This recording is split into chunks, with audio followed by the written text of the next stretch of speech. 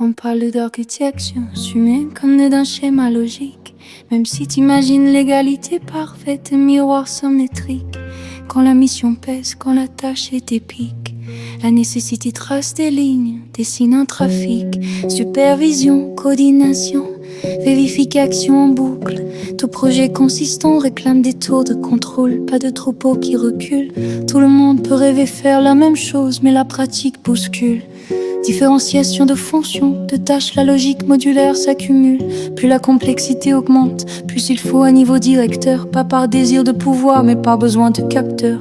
Pour synchroniser les processus, calibrer les valeurs, attribuer les rôles selon compétences, mesurer les hauteurs. Dans la foule, les profils se dispersent, diversité en métrique. Certains sont petits et plus fines, d'autres supportent l'électrique. Les charges se répartissent, les responsabilités s'alignent. Strates hiérarchiques émergent comme couche d'une machine.